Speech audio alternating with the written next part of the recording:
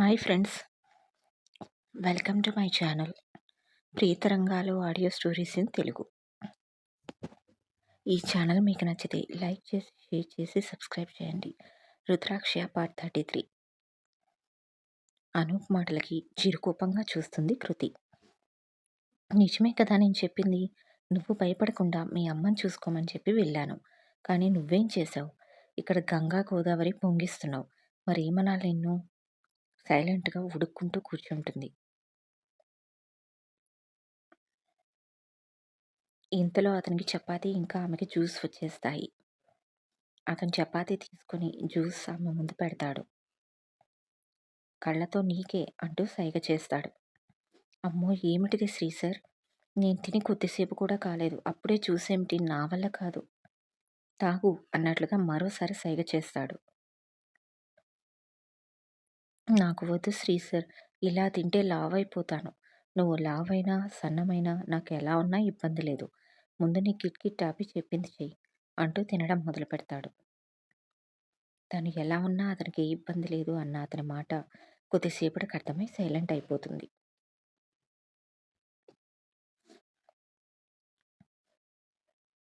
కానివ్వు, తాగుతావా తాగించాలా? అతని మాటలు మనసారా ఫీల్ అవుతూ జ్యూస్ గ్లాస్ చేతిలో తీసుకుని తాగడం మొదలు పెడుతుంది.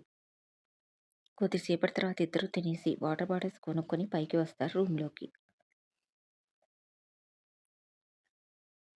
పడుకున్న అంజలికి ఎంతకీ నిద్ర పట్టడం లేదు. అటు ఇటు కదులుతూనే ఉంటుంది.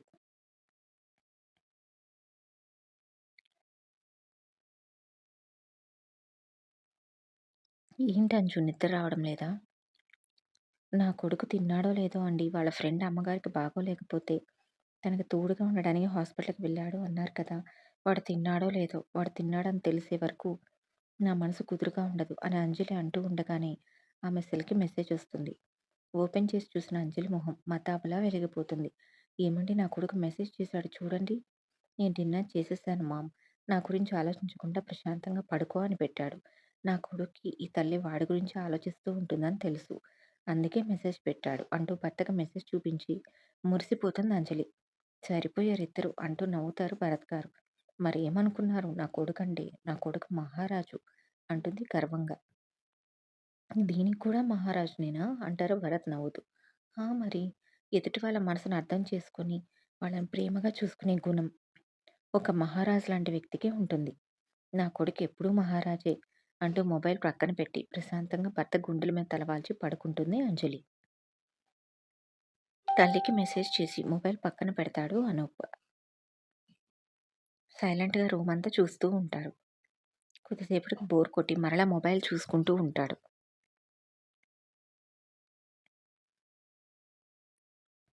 అందరూ మేల్కొని ఉండడం ఎందుకని కమలమ్మను పడుకోమని బలవంతం చేయడంతో ఆవిడ పడుకుంటుంది. కొద్దిసేపటి తర్వాత ఆకృతికి దాహంగా అనిపించి లేచి వాటర్ తాగుదామని బాటిల్ చేతిలోకి తీసుకొని వాటర్ తాగుతూ ఉంటుంది.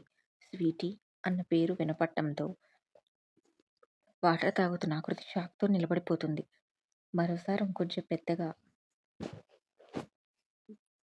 స్వీటీ అన్న పేరు వినపడటంతో ఆకృతి చేతిలోని వాటర్ బాటిల్ జారి పడిపోతుంది.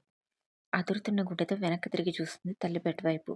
అప్పటికే అనూప్ కూడా షాక్తో లేచి నిలబడితే వాటర్ బాటిల్ కింద పడిన శబ్దానికి కమలం ఏమైందో అని ఉలిక్కిపడి లేచి కూర్చొని బెడ్ వైపు షాక్తో చూస్తుంది.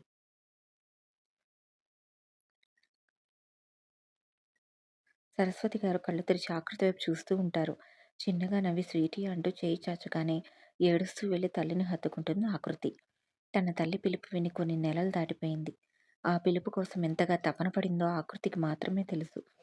ఆకృతి బాధ అంతా ఒక్కసారిగా కట్టు తెగిన గోదారే అవుతుంది. ఆ ఎమోషన్ అర్థమైంది కనుక ఈసారి ఆకృతి ఏడుస్తున్నా అనూప్ ఆపలేదు. తన తల్లి కోసం ఆమె ఎంత కష్టపడిందో, ఎంత తపన పడిందో అతనికి తెలుసు కనుక. నేను బాగానే ఉన్నాను స్వీటీ, నువ్వేడవకు అంటూ ఆకృతి తలనిమురుతుంది సరస్వతి. మెల్లగా తమాయించుకొని లేచి కూర్చుంటుంది. అమ్మ అంటూ ప్రేమగా పిలుస్తుంది. స్వీటీ.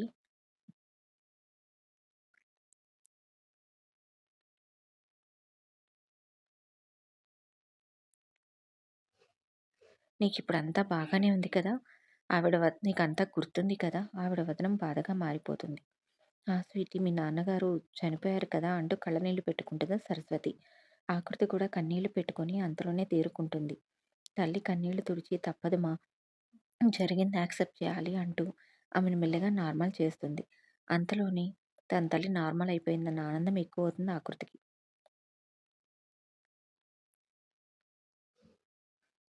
మా ఎక్కడైనా నొప్పిగా ఉందా? లేదు స్వీటీ ఎక్కడా నొప్పిగా లేదు. అప్పుడు గుర్తుకు వస్తుంది ఆకృతికి ఇంకా ఆ రూమ్‌లో వాళ్ళిద్దరు కాకుండా ఇంకా ఇద్దరున్నారు అని.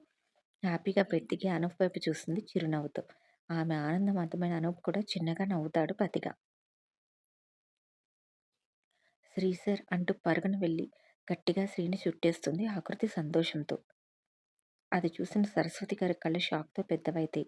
కమలమ్మ భయంగా వాళ్ళని ఇంకా సరస్వతి గారిని మార్చి మార్చి చూస్తుంది. శ్రీ సంగతైతే ఇక చెప్పనే అక్కర్లేదు. ఆకృతి ఫోర్స్‌గా వచ్చి తనని చుట్టేయగానే ఫ్రీజ్ అయిపోతాడు. కొద్దిసేపటికి తేరుకొని కృతి అంటూ పిలుస్తాడు సరస్వతి గారి వైపు ఇబ్బందిగా చూస్తూ. శ్రీ సార్ మా అమ్మకి నయమైంది. మా అమ్మ నార్మల్ అయింది అని సంతోషంతో మరికొంచెం గట్టిగా హత్తుకుంటుంది ఆకృతి. ఘాట్ నన్ను చంపేస్తున్నావు కదే రాక్షసి అనుకుంటూ చిన్నగా ఆకృతిని తన నుండి దూరం జరిపి హ్యాపీనా ఇప్పుడు అంటూ అడుగుతాడు. ఆ! చాలా హ్యాపీ అంటూ సంబరంగా చెప్పి కమలమ్మ దగ్గరికెళ్ళి ఆమె చేతులు పట్టుకొని "పెద్దమ్మ అమ్మకి నార్మల్ అయిపోయింది" అంటూ ఆమెను రౌండ్ తిప్పుతుంది. చాలా సంతోషం అంటుంది కమలమ్మ. "నేను డాక్టర్‌ని తీసుకువస్తాను" అంటూ అనూప్ బయటికి వెళ్తాడు. అమ్మ అంటూ మరలా సరస్వతి గారి దగ్గరకు వస్తుంది. "నాకు నార్మల్ అవ్వడం ఏంటి స్వీటీ నాకింతకు ముందు ఏమైనా హెల్త్ ప్రాబ్లమ్ ఉండేదా?" అంటూ అడుగుతారు సరస్వతి గారు. "అమ్మ నీకు చిన్న ప్రాబ్లమ్ వచ్చింది మా" అంటూ తన మతిస్థిమితం లేకపోవడం గురించి చెప్తుంది. సరస్వతి గారు షాక్ అవుతారు. ఇన్ని రోజులు తనకు మతిస్థిమితం తప్పిందని తెలుసుకొని. ఇంతలో అనూప్ డాక్టర్‌ని తీసుకొని వస్తాడు. డాక్టర్ అంతా చెక్ చేసి అంతా బావుందని చెప్తారు. మీరు నార్మల్ అయ్యే సూచనలున్నాయి అని మీ రిపోర్ట్స్ చూడగానే నాకర్థమైంది. కానీ కొన్ని కేసెస్‌లో కొంతమందికి నార్మల్ అవ్వదు. అందుకే వీళ్ళకి ముందుగానే ఆశలు పెట్టడం ఎందుకని చెప్పలేదు. నా అంచనా తప్పు కాలేదు. మీరు మామూలు మనిషి అయ్యారు. చాలా సంతోషం. దెబ్బలు తగ్గే వరకు ఉండి వెళ్ళండి అంటూ డాక్టర్ చెప్పి వెళ్ళిపోతాడు.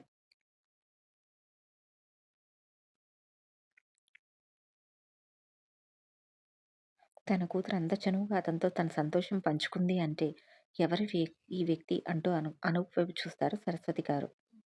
తల్లి దగ్గరకొస్తుంది ఆకృతి. అమ్మ అంటూ ఆనందంగా ఆమె చేతులు పట్టుకుంటుంది. వీళ్ళు అంటూ వాడిద్దరి వైపు చూస్తూ ఉంటుంది సరస్వతి. అయ్యో! నువ్వు నార్మల్ అయిన సంతోషంలో నీకు పరిచయం చేయడమే మర్చిపోయాను కదా! అంటూ పరుగున వెళ్లి శ్రీ చేయి పట్టుకొని, రండి శ్రీ సార్ మా అమ్మకి మిమ్మల్ని పరిచయం చేస్తానంటూ లాక్కొని వస్తుంది. గాడ్ దీనికేమొచ్చినా పట్టలేం. అయితే ఏడుస్తూ కూర్చుంటుంది. లేకపోతే ఇలా పట్టరాని సంతోషంతో చంపేస్తుంది. నువ్వసలేం చేసినావో నీకైనా తెలుస్తుందా కృతి? మీ అమ్మగారి ముందు నన్ను ఫుల్‌గా బుక్ చేసేసావు కదే! అనుకుంటాడు మనసులో. తల్లి ఎదుట అనూపుని నిలబెడుతుంది. అమ్మా ఇతని పేరు శ్రీ సార్ అంటూ చెప్పి అబ్బా! అంటూ చిన్నగా తల కొట్టుకుంటుంది నవ్వుతూ. అమ్మ సార్ పేరు అనూప్ శ్రీనందన్. నేను పనిచేసే కంపెనీ ఓనర్ అంటూ పరిచయం చేయగానే ఆశ్చర్యంగా చూస్తుంది సరస్వతి. నవ్వుతాడు పలకరింపుగా అనూప్. పెద్దమ్మ ఇలా రా అంటూ కమలమ్మని పిలుస్తుంది. ఆవిడ వచ్చి నిలబడగానే ఆమె భుజం చుట్టూ చేయి వేసి కమలమ్మ పెద్దమ్మ నేను జాబ్‌కి వెళ్తే నిన్ను కనిపెట్టుకొని ఉంటుంది.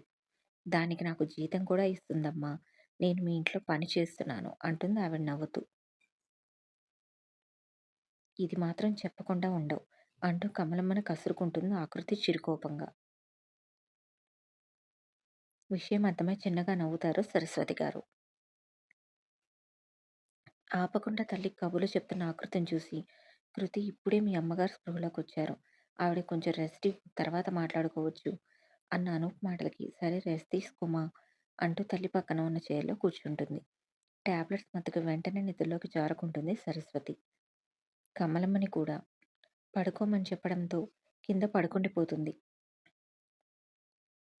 అనూప్ బలవంతం మీద ఆకృతి కూడా పడుకుండిపోతుంది. తను చెప్పకపోతే రాత్రంతా మేలుకొని తల్లిని చూసుకుంటాను అంటుంది నిద్ర మానేసి. అందుకే తాను చూసుకుంటానని చెప్పి ఆకృతిని నిద్రపోవడానికి అతి కష్టం మీద ఒప్పిస్తాడు అనూప్. ఎలాగో రేపు ఉదయం తను ఆఫీస్‌కి వెళ్తే మరలా తనే చూసుకోవాలి కనుక నైట్ తనకి ప్రాపర్ స్లీప్ ఉండేలా చేయాలి అనుకుంటాడు అనూప్. ఈ స్టోరీ నచ్చితే సబ్స్క్రైబ్ చేయండి ఫ్రెండ్స్.